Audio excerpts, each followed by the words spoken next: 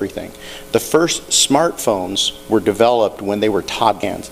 About half of them spend at least 10 hours per day on some electronic device, phone or tablet primarily. And one of the things that this has done is to change their entire view of technology. They view technology the way some of us view things that impacted us early in our lives. They believe that technology should be evolving constantly.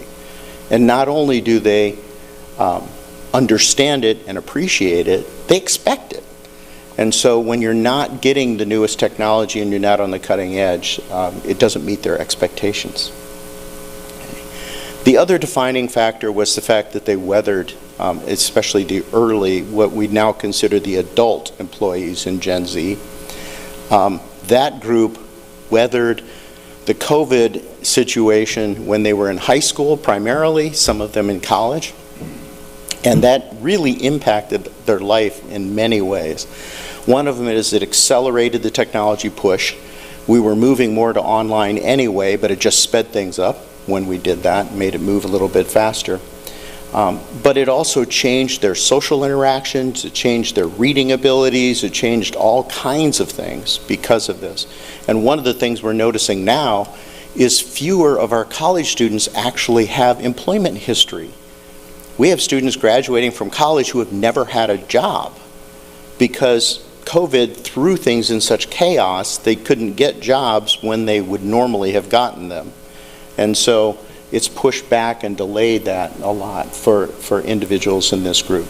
So with these defining characteristics, I started to look at, well, what is it that is so different about this group? And we started this idea because employers were complaining that they couldn't find anybody to apply for jobs, right? Nobody was applying for the jobs that they had. And then when they did hire them, they couldn't retain them. They would turn around and leave shortly afterwards. And so we started looking at, well, what's the cause of that? What's the expectations or the priorities that the Gen Z members have that may be influencing this employment pattern? One of the things we noticed very quickly is that salary is less important. We're not going to say it's, when we talk about cohort research, we're talking about percentages. So when we say this cohort believes this, it means a higher percentage of it believes this, not that others don't care. But generally, Gen Z is more inclined to be willing to trade salary. So salary is not the one-all and be-all for employment decisions.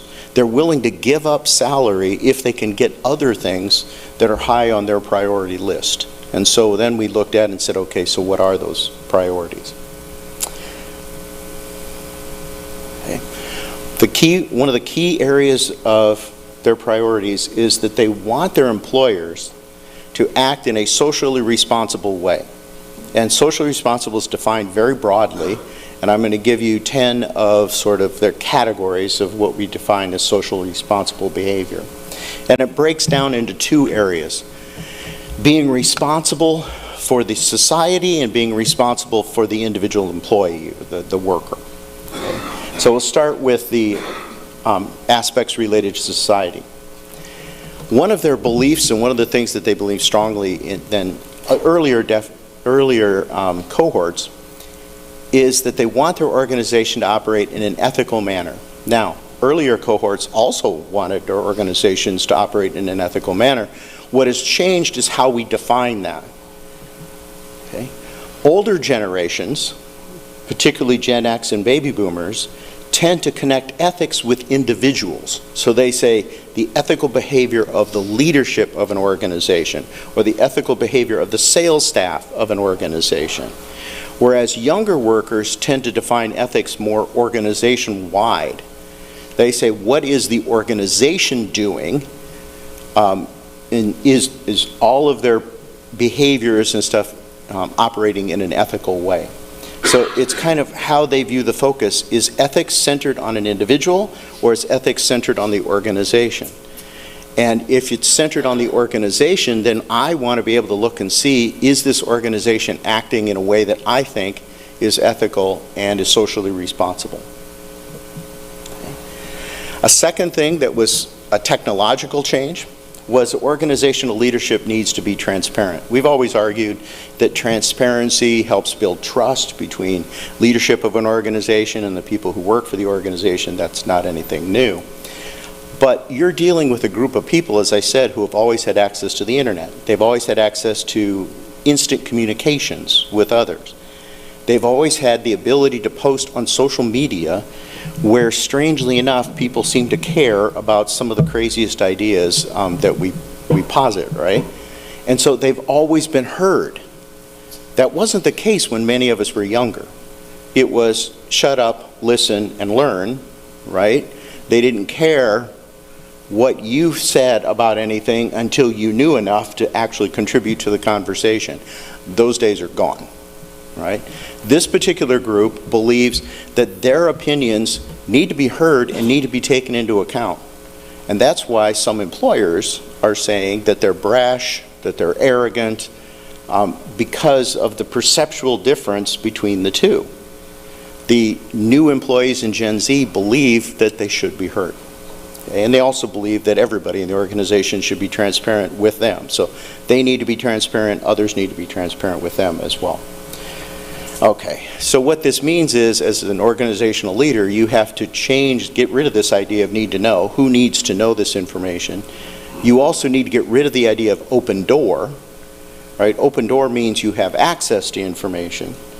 And you have to shift to the idea of complete open access, like you push out the information. You make it readily available and easy for them to get to. Remember, they've always had access to information at their fingertips, so they expect that in the job as well. They don't expect to be cut out and left out of the loop. Organization's commitment to DEI, I know I'm pushing it, even using that acronym here. We added the particular group that I worked with, the woman who wrote this section was from England, and she added the B in there. Does anybody know what the B stands for? Belonging, right? So diversity is sort of the beginning. Equity, we treat people in an equitable way. And then being inclusive, right? But belonging. Belonging is like the ultimate. Not only is everybody part of the process and stuff, but we make them feel and we all believe that they belong to be there. So they added the B to it. The difference between this, because many people in earlier generations care about diversity issues, one of the key differences of this is that Gen Z not only wants to see that you have programs for DEI, but that you're actually succeeding, right? They want to see that you're running the programs are working, and we want proof that you're actually doing something in this area. And that's very different than in the past, where people would put an EEO statement on the bottom and call it good, right? Now we have to actually prove that we're doing something. So the leadership needs to go beyond just do no harm, we're not harming anybody, to showing that we're actively promoting and doing something with this. And the reason for that is diversity, equity, and inclusion is not a nice thing to have anymore. For many of the people in Gen Z, this is actually a hiring priority. They will actually downgrade a potential employer if they don't see this. And for some of them, it's their top priority. Organizations' commitment to environment sustainability is basically the same thing. You have to not just prove that you have a program that does no harm, you have to prove that you're actively trying to make things better. Two very different things. And you'll notice many organizations are out there talking about what they're doing to improve the sustainability issues that their organization deals with. Okay. Organizational priorities, now we're switching to the ones on the employee themselves. And there are 6 of them in this area. A couple of them fall into the same area of training or learning opportunities and opportunities for advancement. So I put those together on this particular slide. There's a strong belief in this group that skill development is very important. So we used to, people used to enter an organization and they would stay in that organization for extended periods of time through an advancement chain. Gen Z is much more likely to leave an organization and make a lateral move to another organization just for skill development. I mean, it has nothing to do with money or anything else, but they'll move to an organization that matches their priorities a little bit better, but offers them the opportunity to try something new, to do something different. And this is the experiential aspect of the generation. They want to experience as much as possible. That's floated over into the travel and tourism industry, where a lot of the programs targeting this particular group are experientially based, right? Go and experience a culture. Don't bring back a lot of stuff. Bring back your experiences and what you learned from that particular trip. So they want opportunities to learn, they want opportunities to train, and of course they would like opportunities to advance in an organization, and some simply don't see a trajectory, right? They don't see a path for them for advancement, and they have to be able to see that path in order to want to stay. Those are strong retention issues. This is where a lot of the retention problems came in. And here are two, again, that go kind of hand in hand. The organization cares about work-life balance, and the organization offers workplace flexibility.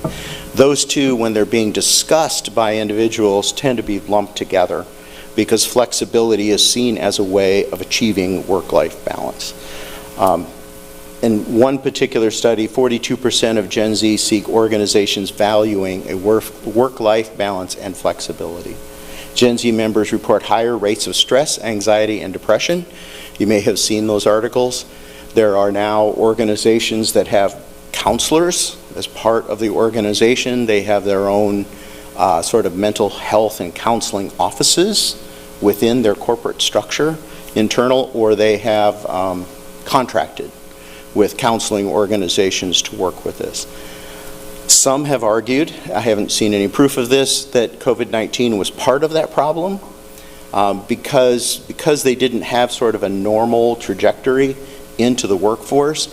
They're less able to handle some of the stresses of the work environment because they were not asked to do that at a lower level when they were younger.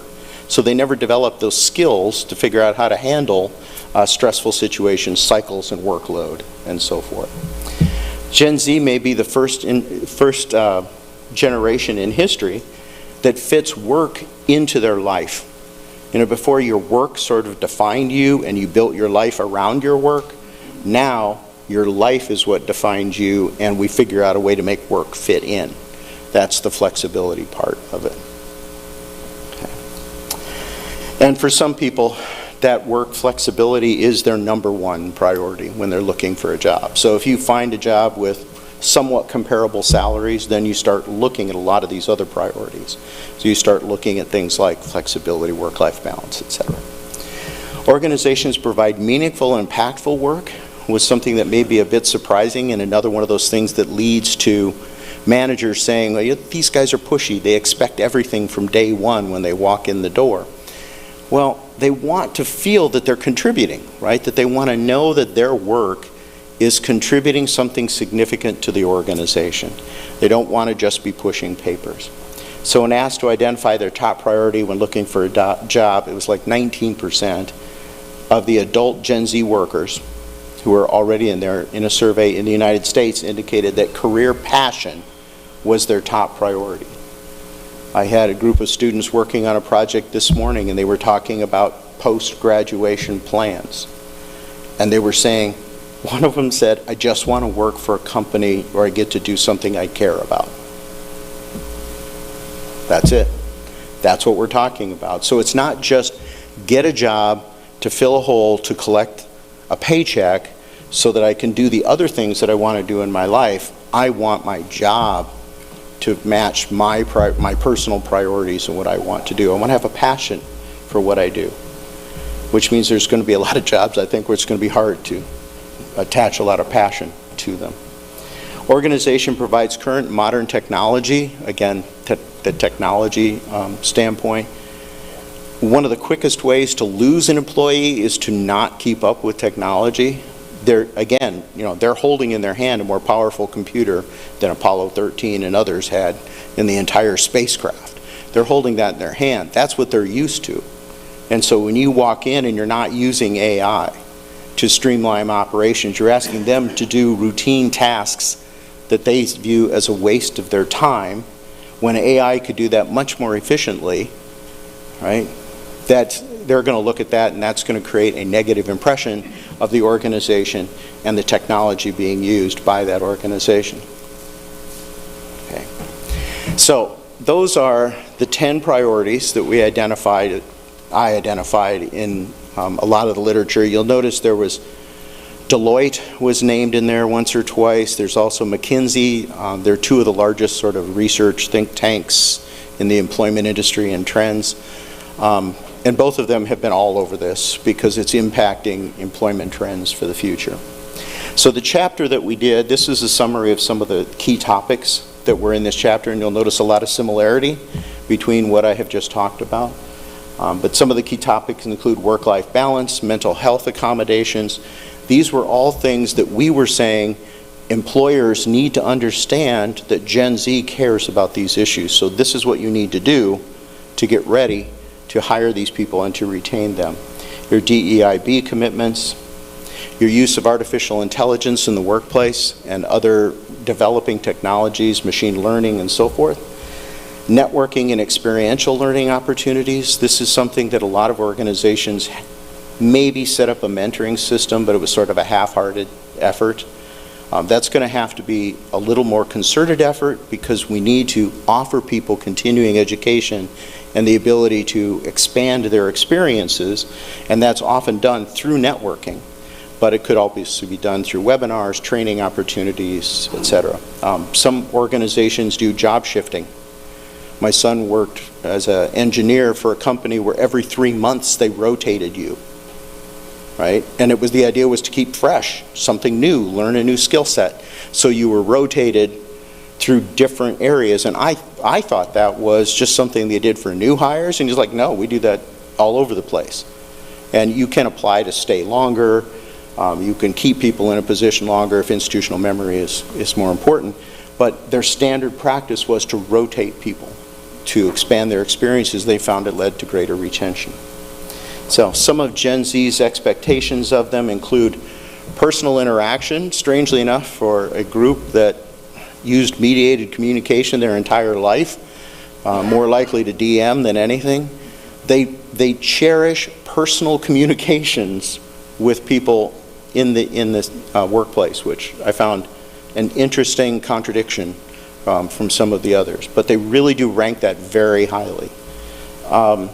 They expect diversity, they expect career growth, etc. Now, one final note. I took this and then conducted a research project with several other people that was published late last year. So the navigating report was published in fall of 23. This was published in fall of 24. It was a research project where we said, okay, employers are complaining that they can't hire anybody. Let's look at what they're doing. You know, when we look at jobs, a lot of times when we content analyze job postings, what we're looking for, what are the skills they're looking for that we need to teach in our classes. We flipped it and said, let's take a look at what the employers are saying about themselves and see if they're doing themselves justice when they're talking to these potential applicants. And so we took those 10, did a content analysis of entry-level jobs in this particular field, and asked basically, do they talk about in any meaningful way, in any way, do they talk about these priorities? All they had to do was mention it. They didn't even have to go into detail. All they had to do was say it to have it counted in the coding. The short answer to this was no. It was under 3 was the mean. And some of these organizations hit, I think the highest was 6, right? But nobody hit a lot of them. And some of them were very surprising, like the environmental idea, environment and sustainability, was done by maybe 5% or less. And I figured that was going to be one of the higher ones. Okay? So I looked at this and I said, if you're going to complain about not being able to get any job applicants and then you're not going to be able to keep anybody, what are you doing to tell your story to encourage them to apply? And then once they're there, what are you doing to keep them? To give them a path for career development and some direction, opportunities for training and experience and skill development. And that's it. I don't know if I'm happy to answer questions, but I'm willing to answer questions. So you had mentioned, the personal interaction, and I find that kind of surprising too. Yeah. I'm curious if the definition of personal interaction for that generation is different than it is for us. Is personal interaction, Mike and I sitting here talking to each other on our phones at the same table but not talking, or, Well, this was a workplace setting, so the odds would be pretty slim you'd be doing that in the workplace, maybe breaks or something like that. But no, they were talking about actually talking with your superior or talking with a colleague or a mentor. Yeah, and it was in-person talking. Yeah. No, go ahead. Was this sort of aimed at a professional class, or was it the welders of the Saba, or is it blue collar, white collar? Public relations, college graduates, public relations, communications oriented. But I'm wondering about some of those 10 items, 10 things for Gen Z. They have difficulty hiring blue collar workers in the trades right now. Some of those might be able to be incorporated in the blue collar. Yeah, the research that we did was in the public relations field, but these 10 things came from a broad spectrum, and they were global too. So a lot of this research by McKinsey and Deloitte is not specific to the United States. Some of it was global as well. They're noticing some of these trends in other countries as well. I find it interesting. They've done studies about Gen Z and their voting patterns. Yeah. And that a lot of young men tended to vote Republican the last time. Well, now that there's this push against DEI. Right. How are they squaring that? Yeah, I was going to mention that. I think it'll be interesting to see how this changes given the current climate, political climate. I think that might change, but it might also reinforce and cement some people. So remember, they think that their opinion is very valuable and that everybody should hear their opinion. For some of them, I think it might just cement in their views and make them hold more steadfast. So it'd be interesting to see how many change and how many really dig in tight and stick with it. What generation are we in now? When does it end? The next group after this group, so starting about 2012, is generally be calling Gen Alpha. We're starting back over on the alphabet. They're going to end in 2027, 28? Oh no, no. They started in 2012, so they'll probably go until 30, maybe 32, something like that. They tend to be 15, 20-year spans. Environmental concerns. We're oil-based, fossil-fueled world, and it's going to be that way at least for the next month or years. So I'm guessing a few more than months. Yeah. Put it down the line 10 or 20 years. We're all just going to be with another generation coming in, and some of us not here. Have you projected 10 or 20 years about this whole thing? No. Well, if you track like what the millennials were doing, and then try to translate that into this one, just see kind of a linear relationship. It isn't linear. I mean, the generations switch. Actually, some of the beliefs of this generation of Gen Z is more akin to their boomer grandparents than it is to the millennials who were immediately before them. It's very odd. And a lot of the boomer grandparents are environmentally more similar to Gen Z on environmental concern than are the X's and the millennials between them. It's very odd. So where does the term Generation Z? They just started, we had Generation X, and then what became the millennials was originally called Generation Y, and so they just did Z. And that's why we're starting, the next one is Alpha. We're kind of starting the alphabet over again. Did you do any studies to find out why money doesn't matter? No, it does still matter. We're just saying it doesn't matter as much as it did to some of the earlier generations. So they're willing to trade off. So you still, getting a good salary still matters because you have to live your life. but we're willing to trade off some of that salary for some of the other things that we think is a priority. And it's because the others have a higher priority. You know, we prioritize things when we're making all kinds of decisions, and employment is one of those decisions. We set up priorities. If salary is your number one and you're going to devote 50% of your decision to salary, it may only be 45% for Gen Z. So it's less valuable, and other things have moved up on that value list. He also values most electronic equipment. Right. It's cheap. No. But it's expected. Yeah, new equipment isn't cheap, but it is expected.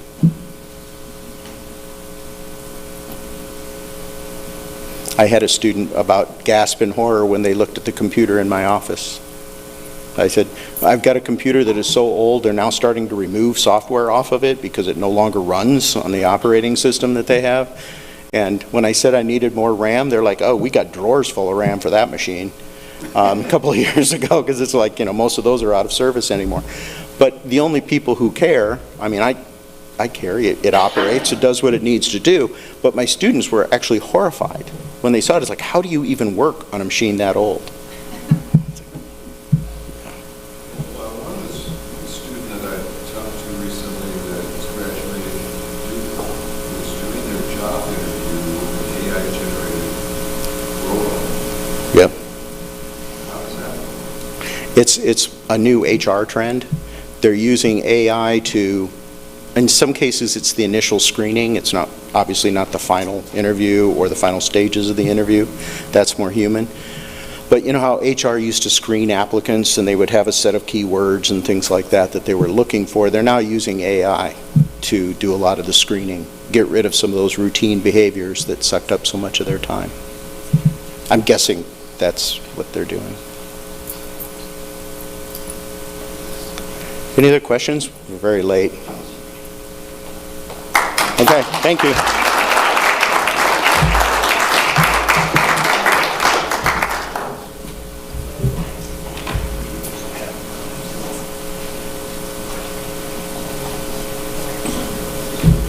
All right, thanks, Chuck. As a Gen Xer with a Gen Z child, that was really very illuminating. So our Sergeant at Arms today is Anna Nelson.